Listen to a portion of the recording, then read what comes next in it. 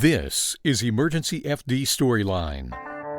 Going deeper was a good thing. Common sense still must prevail. But there's no telling how many people we pulled out of fires that wouldn't have made it in the days of pull-up three-quarter boots, no-mix hoods and all that, you know. Changes on the fire ground, working a tough job and keeping a positive attitude, and the strength of humor. This is a life story of our next guest, retired Lieutenant Bobby Qualls. The views expressed on this program are from the guest and the host only and do not necessarily represent the views of any government agency, private company, or public service. Emergency FD Storyline's focus is to tell the stories of those in the fire service and to highlight what matters to our first responders. I'm your host, Tom Mann. In my last podcast, I sat down with a legendary lieutenant, Lieutenant Jim Cunningham. If you haven't heard that interview, please take the time to listen. In this podcast, I talked to one of the men who worked with Lieutenant Cunningham. And like many who did, he became a leader. For our guests, the job has not always been easy, yet he worked hard and played hard. What I appreciate most, he kept his sense of humor despite the situation. Standing tall when you take a fall. Literally. That's our storyline.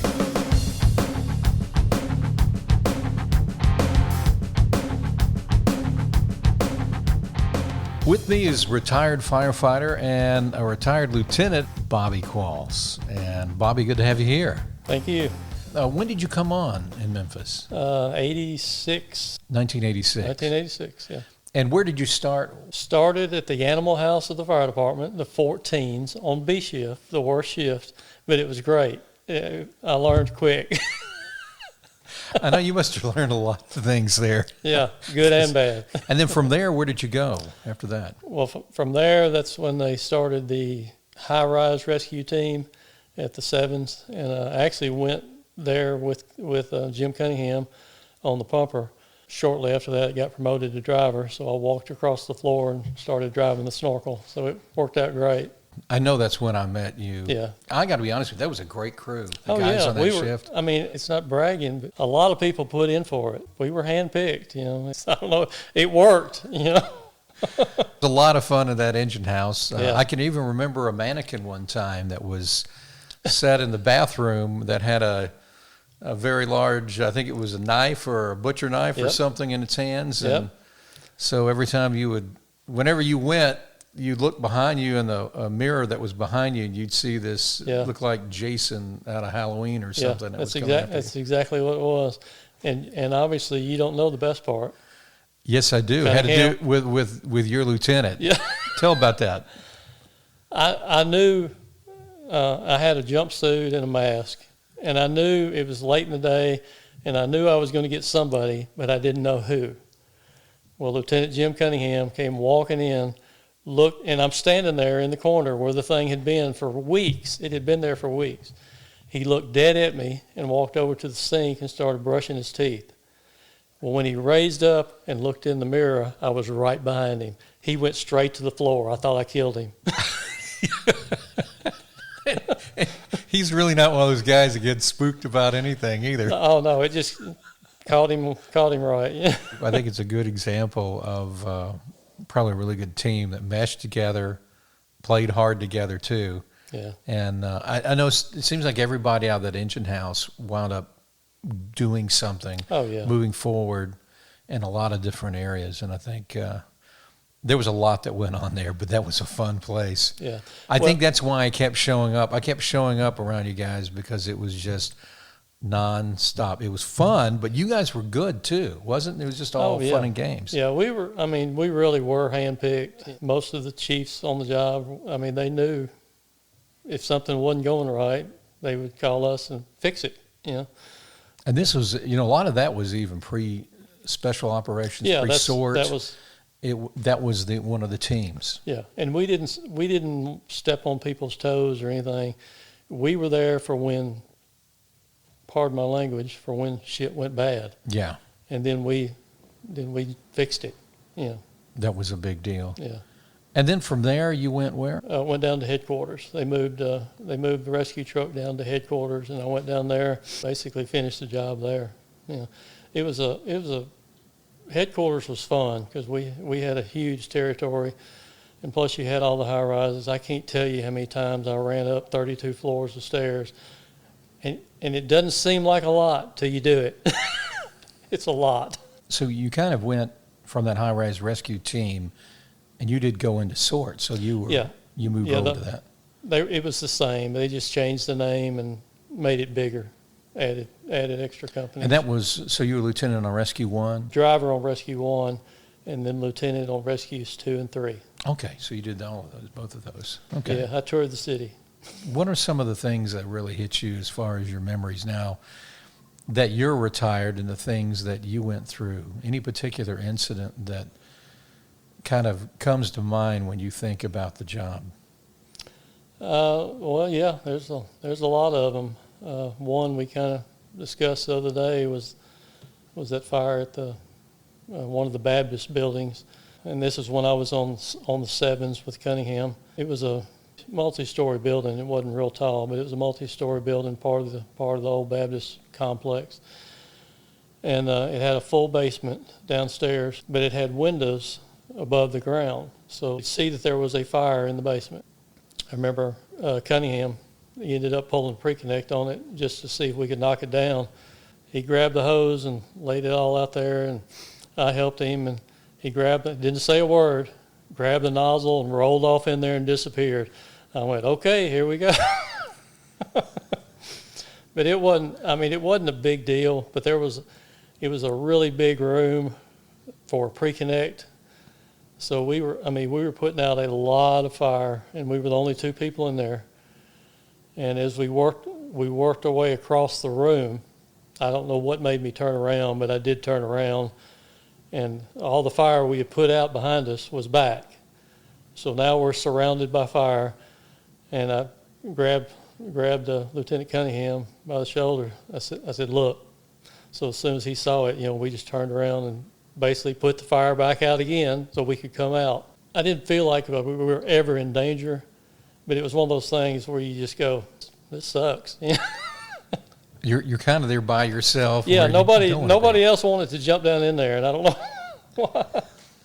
It's kind of weird when you're going down into the fire. You're used to the fire being above your head. And this is right in it. Oh yeah, yeah. Everyone talks on the job here in Memphis, especially with your group, is the 750 Adams. You had those. Yeah. Even though you guys weren't on shift, you came on afterward, though. I always got to work a little early. When I pulled in the parking lot, there were off-duty firemen that still had their turnouts on. Nobody was talking. You could tell something was wrong. And I said, what's going on? And they told me that Lieutenant Mathis was probably dead. And I didn't even get out of my truck. I just drove straight down to the fire and went upstairs. I said, I've got to see this. It's not possible. That building can't burn enough to kill. Because how many runs had you made there? Oh, thousands. And the only thing that would burn was contents. It's not that anybody did anything wrong or good, they put the fire out. That was the best part. It was a bad day. It really was. When they told me that Larry was gone, I just said that's impossible, because it was two really small apartment fire with a little bit of fire in the hallway, and mostly heat in the hallway. That's what killed Billy. I talk about Larry because Larry and I worked together, but that's what got Billy, was coming tangled up in the cables that all melted to the floor.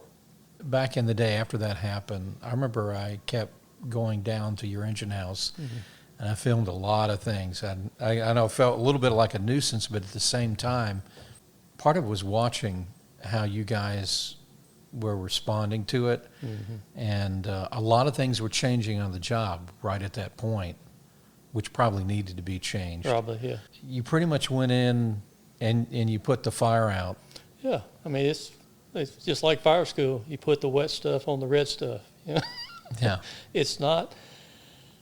It's 750 Adams shouldn't have happened. Yeah. It wasn't that big of a fire, but it just one of those days where everything that could go wrong did.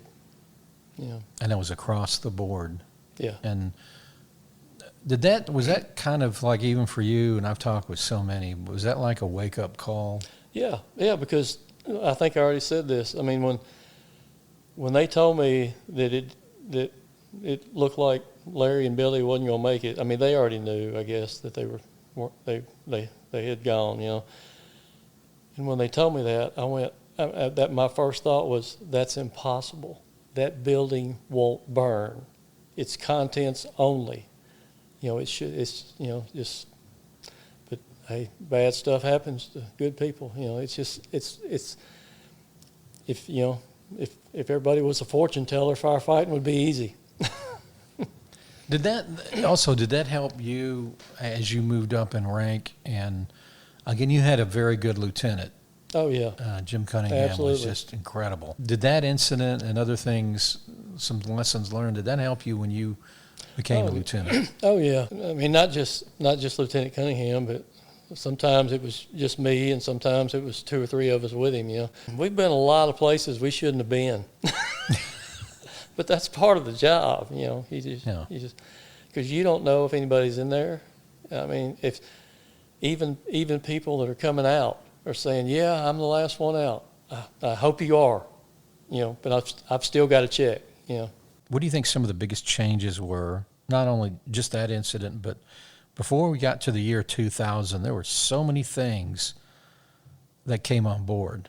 How did the job change? I call it the decade of change is what I really call it. Yeah, it really was. I mean, a lot of knowledge came about during those times, and you either joined the party or you didn't, I worked down in South Memphis when I first got on at 14s, and down there it was open, close, the nozzle. It was common sense. When I went to the medical center, the heart of downtown in the medical center, everything changed. It's no longer wood frame, it's well, just like when we were in the basement together. I mean, I don't know what Cunningham thought, but I thought, we've got to put this out now or we're going to die. I mean, we didn't talk. We just went to work. and we made it out, I remember those early days as things changed. Showing up, looking at the fire department, everybody had different colored hats. Oh, yeah. Yes. Guys still wearing hip boots. Yes, and absolutely. And we went from that to all of a sudden being able to go further and deeper. Yeah. Going deeper was a good thing. Common sense still must prevail. But there's no telling how many people we pulled out of fires that wouldn't have made it in the days of pull-up 3/4 boots and no Nomex hoods and all that, I mean, the guys talk about the old days. You remember Robert Freeman? Yes. Lieutenant Freeman? Yeah. When I went to the 14s, fresh out of fire school, I didn't have a lieutenant. So I had a different lieutenant every day. So that I just did my thing, basically. Robert pulled me aside one day because I think he had found out he was coming down there to be my lieutenant. And he said, look, those days are over. From now on, it's you and me, and we don't freelance. We stay together. We do what we need to do, and that's the only way to do it, Because you're right. Back in the old days, it was just insane. It was mass insanity, till the fire went out. It's kind of like OK Corral. It's almost like a Western. Everybody was doing their own thing. Yeah. But it got having Robert Freeman come down there, and he, like I say, he pulled me aside and told me, he said, watch the guys that don't have a hood on, or don't have their flaps down on their helmet at least, and don't have their boots pulled up. He said, watch those guys, because they're not doing anything to help the situation. They're doing something to keep the heat off themselves. And if you watched, I mean, that's true. The people doing the work had their crap on. I came in at a really good time. I did. There were still some of those guys on there. Yeah. They were holdovers from the 50s and the 60s. Absolutely. And they're about to ready to retire. But it's interesting to hear, and the differences. I remember they were talking about, well, we used to so-and-so, and the term defensive firefighting was like Are you? No, we don't. You know, it's all offensive, and it was kind of a, this is the wimpy stuff these kids are doing now. Yeah. And do you remember? I mean, do you remember? Oh, all yeah. that? Yeah. Defensive firefighting to me was you'd already given up. We're not going in there. That was the defensive firefighting I remember. And but yeah. just like with me being with Cunningham, if you get there first, you can go on in, no matter how bad it is. So you guys had that reputation. Yeah. Okay, we're done. Then you're out after that. Yeah. Okay, we tried. We put a bunch of them out, though.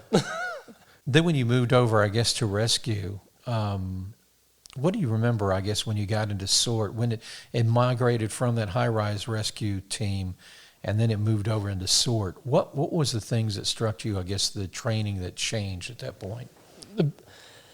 The biggest, well, I'll start with the bad part. You can't be an expert at everything. And they told us we were. I mean, we did hazmat, we did confined space, we did the helicopter work. The job did change because, and it changed a lot because of the turnouts. Like I said a while ago, you got to go in deeper into places where we should have been, maybe not. But you never know when that victim's around the next corner, right there, So, I mean, you just do what you can do. Giving up, I mean, none of us ever wanted to hear that horn sound 3 times because that meant come on out, And we're like, for what? It's not that bad in here. They're out there. We're in here. So but that's part of it. They worried about our safety as much as we were, I guess, much as our wives were. Past devices came in to play. Most of us didn't, but it wasn't because we were being defiant. It was one more thing we had to think about, and we didn't have time.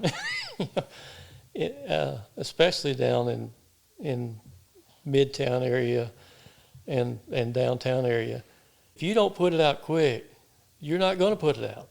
Most, like 3-story antebellum homes, stuff like that. Those are the ones that kill you.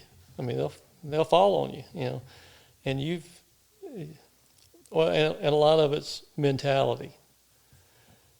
And you see it on the scene. You pull up and see guys going, just staring at it, and they may be new on the job or whatever, but you just don't have time for that nowadays because you don't know if there's any people in there. I know it's just a house, but it may not be just a house. There may be a family of 5 in an apartment, upstairs or somewhere, and you didn't know until you finished the job, And that's the priority.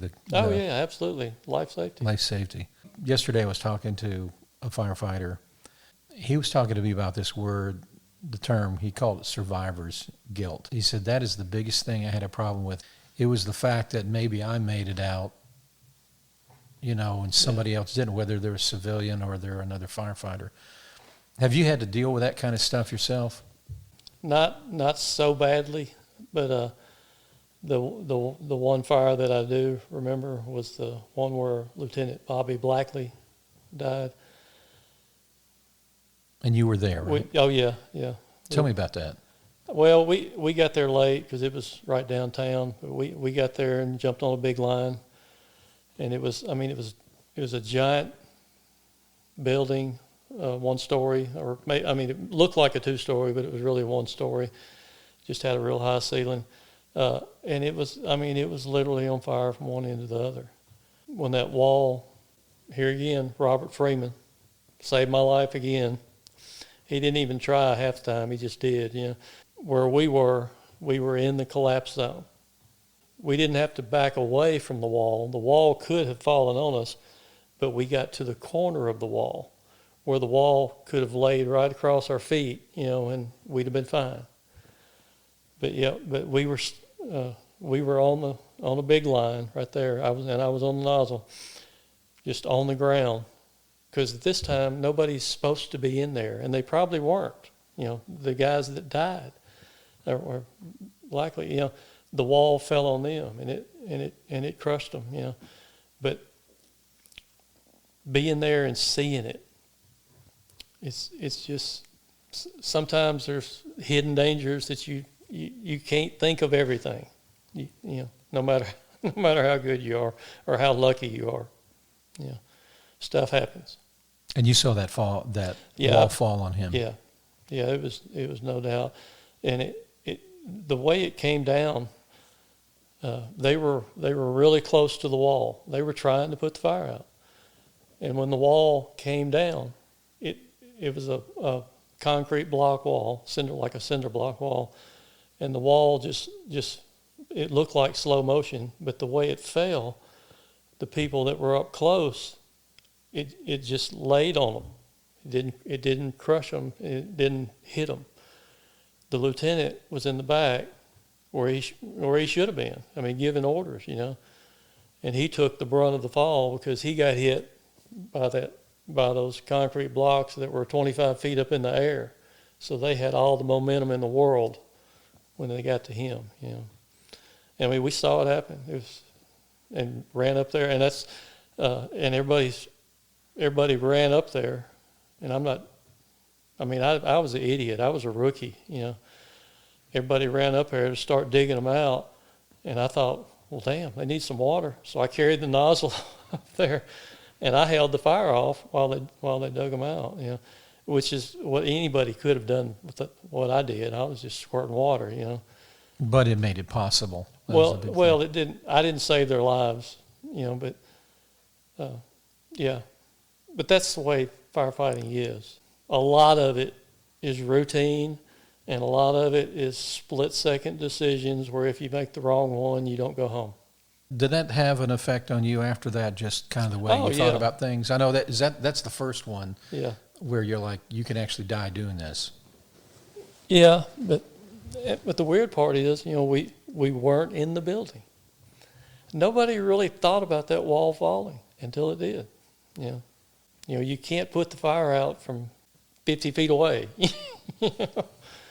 So, and it was just, nobody did anything wrong. Maybe I did learn to stay alive. I don't know. Well, you've been through so a lot. far, so good. Kind of like a cat, right? Yeah. Well, let's get to yours. I remember when I heard it happen, it was bad, and you had something that happened to you that I know you didn't see coming. I don't know what you're talking about. Yeah, it's like, did you hear what happened? And I'm like, what? Well, so one thing that really happened, you almost, you should have died. I should have died. Yes, absolutely. And it's one of those things that happen that shouldn't have happened. So why don't you tell us a little bit about what happened and how it did? Because honestly, you know, it can happen. Yeah. And it did. So tell about that. Our truck was in the shop being worked on, so it was time to swap out. So we ended up in the old pumper or snorkel, whatever it was. I don't even remember. Early morning, we'd been at work maybe 30 minutes or maybe a little more or whatever. A call comes in at the jail. Okay. Now, it's a routine call to bring a test kit down there and test the drugs that somebody got caught with in the jail downtown. It happened a lot. So this isn't really a fire call. No, it's not a working fire call. This is not a fire call. I'm not. Okay. You know, I didn't have my turnouts on. There was no reason to. We're making a run through a curvy section of Overton Crossing out in Fraser. Has a lot of curves. The laptop, which mounts in the trucks and the pumpers, this one didn't have any of that. So I'm holding the laptop in my lap, which prevented me from looking out the windshield a lot. You know, I'm looking back and forth, seeing what's going on. We were only doing 60. On this non-emergency run, right? Right, on this well, you knew who my driver was. Anyway, make the story short. He turned left and I went right. The door, the latch on the door was broken and no one knew it. Sometimes it latched and sometimes it didn't. I left the cab holding the laptop and didn't have turnouts on. Nail me for that, I guess, but not now since I'm retired. But I left the cab with uniform pants and a T-shirt on, holding the laptop, and I was looking at the laptop, which probably hindered me a little bit. All I knew was the truck turned left, and I went right. The door popped open, and I don't think I was leaning against it. I think it was actually the momentum of the truck. And when you fall out of a truck or a bumper, you're pretty high up in the air. You know, all I remember was going while I'm in the air, I'm thinking, this is bad. I mean, because anyway, so I hit the asphalt. I hit the curb with my butt. In fact, the head doctor down there at the Med, where I ended up for a few days, he said, by the way, you win the prize. I said, well, which prize did I win now? He said, the absolute worst bruise I have ever seen in my life. My butt was black from my knees up to the middle of my back, and they were more worried about that than they were anything. I guess because they thought I was going to throw a clot or something, you know.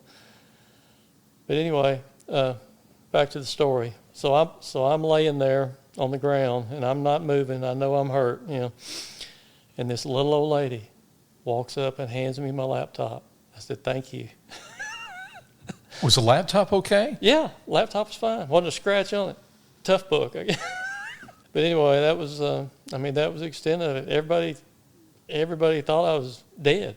I mean, they really did. I mean, you can't do that. You can't jump out of a bumper at 60 miles an hour or a truck or whatever and hit a curb and miss a brick mailbox by that much. And it was just, hey, God was watching over me that day. He was working overtime, I guarantee you. It's just one of those things you probably never imagined would ever happen to you. Oh, no. How could it All happen? those years of you driving, going on a call that was not really a Not call. Not really a call, yeah. Is that probably one of the best examples of what can happen? Yeah. That if it can, it will. It's part of it. Were you still here when you heard about it? No, but I heard that one that was all over. I think social media had that with their pictures of you, and I'm like, good grief. And I think I talked with somebody and said, yeah, he decided to fall out that cab door. We don't know why. Yeah. And I've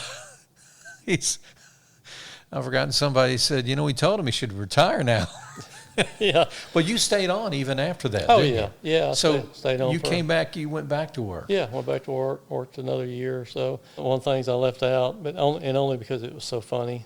I wasn't there. I was in the Med. They were working on me. But they said the shop immediately sent a mechanic down there to look at the door. So he's carefully opening and closing the door and doing all this stuff. And some I don't remember who it was, but whoever it was, I thanked them tremendously.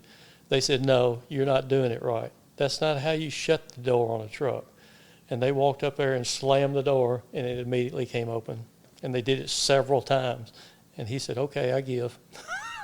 Were you glad to have the regular truck back when you? Oh, yeah, Lord.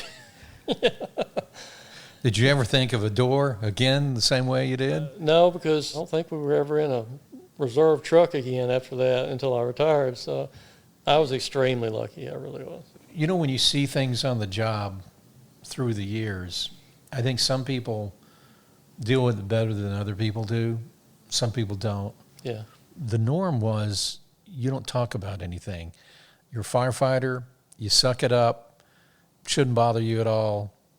But there are some things that are, I guess, beyond the norm. Yeah. You were one of the ones that had this incredible sense of humor, which I think did you well. And you were one of the ones that was up to stuff. And to me, I think in a way that in the engine house is one of the I call it the coping mechanisms. Yeah. It's actually therapy. When you're able to laugh or you're able to do things. Yeah. When you have grief counseling or just like a hot wash of a call that didn't go right, and they send people down there that haven't been in a fire truck for 10 years to conduct this and it's just a bad idea. If we want to talk about it, we'll talk, and we do. But there again, it's all about the guys in the house.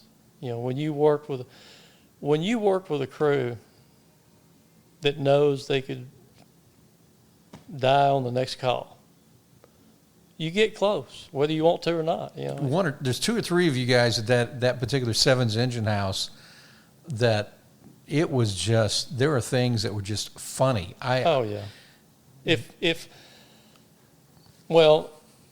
They kind of, the Sevens engine house is right across the street from the VA hospital. I mean, everybody knows that on the job. And when we went down there, and they had never had cable television, never.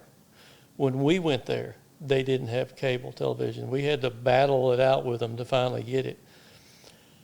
So we spent a lot of time outside the engine house doing stuff. I mean, it's when you can't watch TV, you find other stuff to do. But some of that's good because you learn tricks. What would you tell new guys coming on the job and what to expect, and some kind of pearls of wisdom that you have about the job? What would you tell them? Nowadays, yeah, get in the books and get promoted. But a lot of it, I'm gonna say